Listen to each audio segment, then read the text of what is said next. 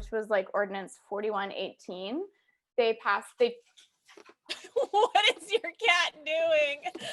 Like a little person. He's like, Mom, he to me. so is.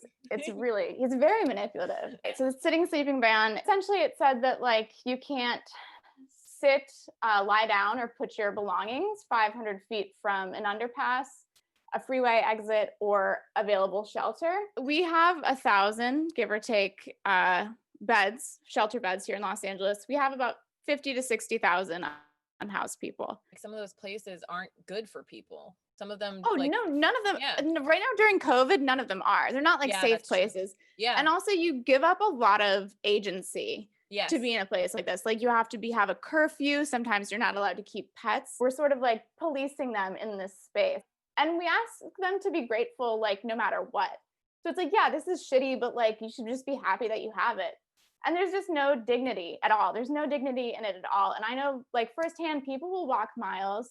Like in the summer, people would walk miles and miles and miles in the hot sun to get to a shelter. And they would be told that they didn't have any beds, but they would also be told that they would have to move like 500 feet further. They'd be like, you can't stay here, but you also can't sit down near here. You can't put any of your things down. You just sort of need to like keep walking. So the sweeps happen like in those zones near the shelters. They're called bridge homes.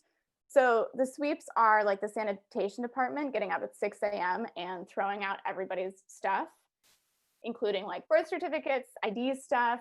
I've seen people throw away like tents that are worth hundreds and hundreds of dollars. Basically, what people manage to scrape together so that they can remain safe, we take it away from them in 5 seconds. And then we're like, well, why don't they have anything? Why can't they do anything? It's like, because everything they built for themselves, we just threw out. We just totally tossed it out. And it costs the city money to do that. Yes, it cost $5,000 for one of them, 5. And they're really doing it to prepare for the Olympics, where we know like a lot of displacement will happen. So right now, like there's a lot of luxury condos being built that will be used as Airbnbs for the Olympics. There are sweep programs that are, I think, training the city's psyche to get used to. That's so fucked up. I know. It's really bad. It's really scary. I have to be honest. Yeah, it's tourists and it's for nobody else, and it's for real estate developers, and it will hurt everybody else in the city. And it doesn't actually help really the local economy that much. DHS would be there. ICE would be there, LAPD would be there, and then there would be like a special Olympics police force. Just because you're moving the problem doesn't mean the problem disappears. You're just making it somebody else's problem. So why don't we just like all act like adults and deal with the problems that we have instead of just trying to make it an out of sight, out of mind thing? What really grinds my gears is people being like, oh, like I can't have an impact. And it's like $5. $5 to my program goes so far. Like $1, like it does mean something.